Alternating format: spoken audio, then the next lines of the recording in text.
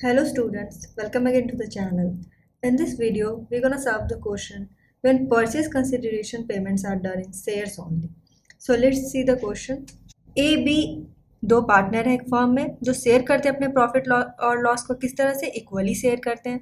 वो डिसाइड करते हैं 31 मार्च 2017 को कि वो कन्वर्ट करेंगे अपनी फर्म को किसमें, एक कंपनी में। मतलब जो ए बी का जो पार्टनरशिप फॉर्म है वो किस में चेंज होगा, एक प्राइवेट कंपनी मतलब एक लिमिटेड कंपनी में। उस टाइम उनके पास लाइबिलिटीज़ में क्या थे, तो क्रेडिटर्स थे 40,000 के, बिल्स पेबल थे 10,000 के, कैपिटल में ए का कितना कैपिटल था 40,000 था और बी का 40,000 था। एसेट साइड में देखें तो था बिल्डिंग 50,000 के, फर्नीचर 8,000 के, डेटर्स 30,000 के, स्टॉक 12,000 के और कैश कितना था 30,000 का था। फर्दर क्वेश्चन में कहता है कि the name of the company is x limited, जो जिसमें वो कन्वर्ट कर रहे हैं उसका क्या नाम होगा, एक्स लिमिटेड यहाँ पे नाम होगा।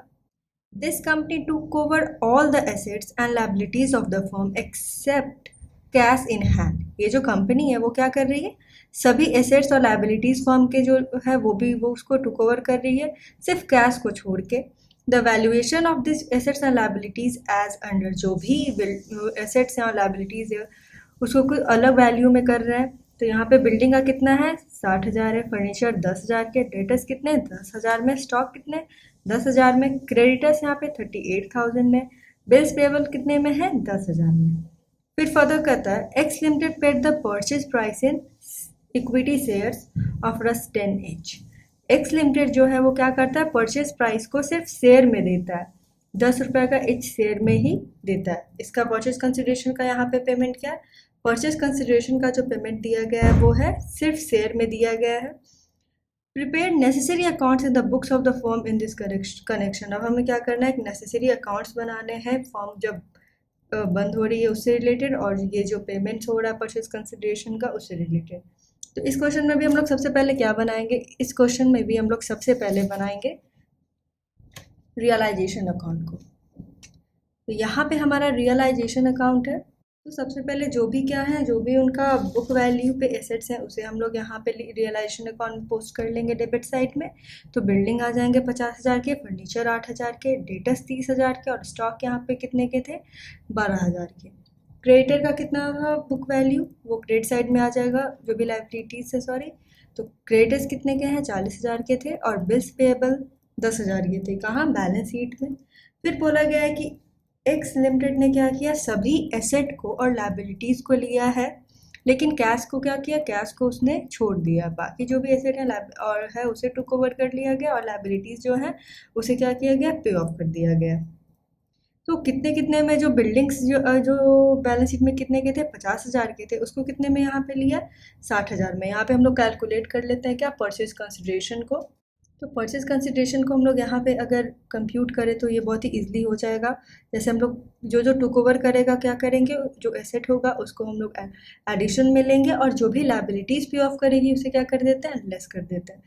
परचेज कंसिडरेशन यहाँ पे कैलकुलेट करने के लिए हम लोग देखेंगे तो बिल्डिंग कितने के 50,000 के जो बैलेंस शीट में, वो कितने में यहाँ पे किया गया वैल्यूएशन उसका हुआ है 60,000 का। तो 60,000 का हुआ है तो यहाँ पे 60,000 बिल्डिंग का आ जाएगा। फर्नीचर 8,000 के थे, उसका वैल्यूएशन कितने में हुआ है 10,000 में हुआ है, तो यहाँ पे वही ये 10,000 आ जाएगा, फर्नीचर का ऐड कर लेंगे। डेटर्स कितने के थे 30,000 के हैं और उसका वैल्यूएशन भी कितना 30,000 ही हुआ है, तो 30,000 लिख लेंगे। स्टॉक कितने का है, स्टॉक 12,000 का था लेकिन कितने में टुक ओवर किया गया है और उसका वैल्यूएशन क्या हुआ 10,000 का, तो 10,000 हम लोग लिखेंगे। सभी एसेट्स को ऐड करें यहाँ पे तो क्या बैलेंस बनता है 1,10,000। ये टोटल एसेट है जो क्या किया गया, टुक ओवर किया किसने, एक्स लिमिटेड ने। उसके बाद क्या है, उसके बाद asset and liabilities of the firm, liabilities of the firm को क्या किया उसने, पे ऑफ भी किया है। तो जो क्रेडिटर्स कितने के थे, क्रेडिटर्स यहाँ पे हम लोग देखें 40,000 के थे राइट, उसका वैल्यूएशन कितना में हुआ, सिर्फ 38,000 ही पे करना पड़ा क्रेडिटर को, उसे हम लोग लिख लेंगे क्या, क्रेडिटर्स यहाँ पे माइनस में जाएगा। क्रेडिटर्स कितने के 38,000 के। बिल्स पेबल कितना 10,000 का है, उसका वैल्यूएशन भी पे ऑफ करने में कितना 10,000 है। तो टोटल लाइबिलिटीज़ कितने हो जाते हैं, यहाँ पे टोटल लाइबिलिटीज़ हमारा बन के आता है क्या 48,000। तो ये क्या करेंगे, जो भी एग्रीड जो भी एग्रीड एसेट है उससे एग्रीड जो लायबिलिटीज़ पे ऑफ करने के लिए है उसे माइनस कर लेंगे, तो टोटल कितना 48,000 ये जो अमाउंट है वो डिडक्ट करेंगे 1,10,000 से, तो हमारे पास ये 62,000 आएगा। ये जो 62,000 है वो क्या है, हमारा परचेज कंसिडरेशन है। तो इसका हम लोग पोस्टिंग कर लेंगे, तो क्या होता है, purchase company account debit to realisation account. Realisation account में क्रेडिट होता है क्या, परचेज कंपनी जो कंसिडरेशन पे करने के लिए एग्री करती है। यहाँ पे टोटल कितना, अब 62,000 ये अमाउंट बचता है जो उसको पे करना होगा, किसको, ए एंड बी जो फर्म है, जो डिजॉल्विंग फर्म है, उसके बिजनेस को टेक ओवर करने के लिए। 62,000 ये आ गया। यहाँ पे हम लोग कर देते हैं क्या, क्रेडिट साइड में रियलाइजेशन अकाउंट के बाय एक्स लिमिटेड को account. Name of the company जो हो रही है वो क्या है, एक्स लिमिटेड है, तो बाय एक्स लिमिटेड को अकाउंट आ जाएगा। तो क्रेडिट साइड में अगर हम लोग पूरी तरह देखें तो 40,000 प्लस 10,000 प्लस 62,000, तो टोटल बनता है 1,12,000।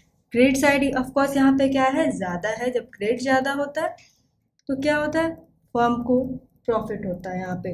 तो 1,12,000 से अगर हम लोग डिडक्ट करें क्या, बिल्डिंग का 50,000, 8,000, 30,000 है, 12,000, तो कितना 12,000 का ये क्या बनता है, प्रॉफिट बनता है। अभी ये जो प्रॉफिट है वो क्या करेंगे, शेयर करेंगे दोनों पार्टनर ए और बी। यहाँ पे रेशियो के बारे में नहीं बोला गया, इक्वली प्रॉफिट एंड लॉस को क्या करते हैं, शेयर करते हैं। तो ए को कितना जाएगा, 6,000 जाएगा, बी को कितना जाएगा, 6,000 जाएगा। तो यहाँ पे हम लोगों ने क्या कर लिया, प्रॉफिट को डिस्ट्रीब्यूट। तो ये था हमारा रियलाइजेशन, और ये परचेज कंसिडरेशन जो हमें ध्यान रखना था कि कैसे होगा। तो जो भी एग्रीड एसेट होंगे जो लिया गया उसको, और माइनस करेंगे हम लोग क्या, लायबिलिटीज़ को। अब रियलाइजेशन अकाउंट बनाने के बाद हमें क्या फर्दर बनाना होगा, अब फर्दर बनाना होगा पार्टनर्स का कैपिटल अकाउंट, और परचेजिंग कंपनी के अकाउंट में भी हम लोग शो करेंगे कि कितना परचेज कंसिडरेशन पे हुआ है और कितने शेयर में हुआ है या कैश में हुआ है। तो क्वेश्चन में बोला गया है कि जो भी परचेज कंसिडरेशन है वो किस में पे हुआ है, वो पे हुआ है ओनली शेयर्स में, सिर्फ शेयर्स में हुआ है। तो सबसे पहले हम लोग जो परचेजिंग कंपनी है जो, या जो कन्वर्ट होकर जो कंपनी यहाँ पे बन रही है क्या, एक्स लिमिटेड, उसके बुक ऑफ अकाउंट्स में कर लेते हैं एंट्री। एक्स लिमिटेड को अकाउंट का हम लोग एक यहाँ पे अकाउंट ओपन करेंगे, ठीक है। सेल ऑफ पार्टनरशिप फॉर्म या कन्वर्जन में हम लोग यही करते हैं कि रियलाइजेशन अकाउंट बनाते हैं। जो परचेजिंग कंपनी है जो कन्वर्ट हो रही है, जो न्यू कंपनी, उसके बुक्स ऑफ अकाउंट में भी हम लोग पोस्टिंग करते हैं। तो यहाँ पे जो कौन कंपनी है, एक्स लिमिटेड, एक्स लिमिटेड ही क्या हो रही है, एक न्यू कंपनी फॉर्म हो रही है यहाँ पे, और यही टुक ओवर सब कुछ कर रही है, एसेट्स को, लायबिलिटीज़ को। एक्स लिमिटेड को अकाउंट का हम लोग यहाँ पे अकाउंट बनाए, तो डेबिट साइड में यहाँ पे क्या आ जाएगा, to realisation account. Realisation account क्यों, क्योंकि यहाँ पे ये जो 62,000 रुपीज़ है वो जो परचेज कंसिडरेशन वो है। तो टू रियलाइजेशन अकाउंट यहाँ पे 62,000 है। इसे किस में पे किया गया है, जो परचेज कंसिडरेशन उसको सिर्फ शेयर्स में किया गया है। तो शेयर्स में किया गया है, तो यहाँ पे शेयर्स आ जाएंगे कितने, bye shares in x limited account. Share से उन्होंने टोटली 62,000 रुपीज़ को क्या करते हैं, पे करते हैं। तो ये था हमारा क्या, एक्स लिमिटेड को का अकाउंट। उसके बाद हम लोग देखेंगे कि अब ये जो शेयर है, जो शेयर में उन्होंने पे किया है परचेज कंसिडरेशन को, वो कौन शेयर करेंगे, जो प्रेजेंट पार्टनर्स होंगे उस कंपनी में वही शेयर करेंगे। तो उसके लिए एक अकाउंट हमें और ओपन करना होगा, उसे हम लोग कहते हैं क्या, शेयर्स इन एक्स को लिमिटेड अकाउंट। सबसे पहले तो परचेजिंग कंपनी के लिए हमने क्या किया, एक्स को लिमिटेड अकाउंट बनाया है। उसके बाद उसने क्या किया कि उसने शेयर्स में पे किया है। अब इस शेयर्स को कौन डिस्ट्रीब्यूट करेंगे, पार्टनर्स करेंगे।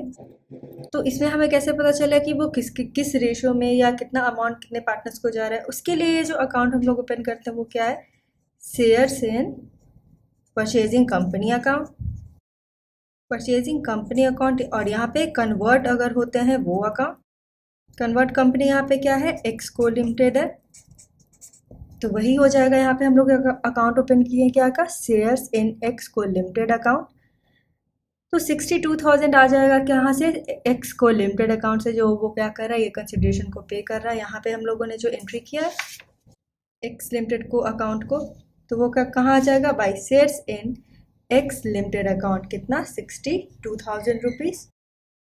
वही यहाँ वहाँ क्रेडिट है तो यहाँ क्या हो जाएगा, डेबिट हो जाएगा टू एक्सको लिमिटेड अकाउंट से कितना 62,000। अभी इसे कौन शेयर करेंगे, जो भी प्रेजेंट पार्टनर है वो शेयर करेंगे। तो यहाँ क्वेश्चन में मेंशन था कि profit and loss partner equally share करते हैं। तो ए के कैपिटल अकाउंट में कितना जाएगा, 62,000 को इक्वली डिस्ट्रीब्यूट करें तो ए के कैपिटल अकाउंट में जाएगा 31,000 और बी के कैपिटल अकाउंट में जाएगा 31,000 रुपीज़। तो ये रहा हमारा क्या, शेयर्स इन एक्सको लिमिटेड अकाउंट, जहाँ हम लोग क्या करते हैं, जो भी शेयर्स होते हैं, जो परचेस कंसिडरेशन यहाँ पे शेयर में पे हुआ है, वो पार्टनर्स क्या करते हैं, इक्वली डिस्ट्रीब्यूट इस क्वेश्चन में करते हैं। उसके बाद अब हमें क्या फॉर्म करना होगा, उसके बाद हमें फॉर्म करना होगा पार्टनर्स का कैपिटल अकाउंट। तो वो देख लेते हैं। पार्टनर्स का कैपिटल अकाउंट करते हैं तो क्या क्वेश्चन में मेंशन किया गया था बाय बैलेंस बीडी, जो हम लोग करते थे पार्टनर्स कैपिटल अकाउंट में। 40,000 रुपीज़ किसका था, ए का था। बी का कितना था, 40,000 रुपीज़। फिर उसके बाद बाय रियलाइजेशन अकाउंट है, यहाँ ये क्या है, प्रॉफिट कर लेंगे हम लोग। रियलाइजेशन अकाउंट में क्या, ये जो भी प्रॉफिट है वो कौन, ए और बी ने ही शेयर किया। ए को कितना 6,000, बी को कितना 6,000, ये था।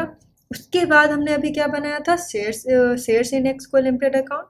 तो जो शेयर्स हैं वो ए को कितना यहाँ पे मिलता है, तो इसकी एंट्री हो जाएगी डेबिट साइड में क्या, by shares in x limited account. A का कितना मिलता है शेयर, 31,000 रुपीज़। बी को कितना मिलता है, 31,000 रुपीज़। उसके बाद तो इस क्वेश्चन में और कोई फर्दर कोई पार्टनर्स कैपिटल के लिए एंट्री नहीं है। तो हम लोग देखते हैं कि फर्म को पे करना पड़ रहा है या पार्टनर्स को और कैश लेके आना पड़ रहा है। तो ए का कितना 40,000 और 6,000, 46,000 रुपीज़ है क्रेडिट साइड में।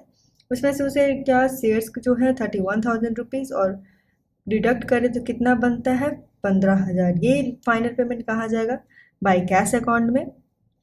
ए के अकाउंट में कितना आता है, 15,000। सेम बाय बैलेंस बीडी, यहाँ पे कितना बैलेंस है, बी का 40,000 रुपीज़ का, रियलाइजेशन प्रॉफिट 6,000, टोटल उसका भी बनता है 46,000।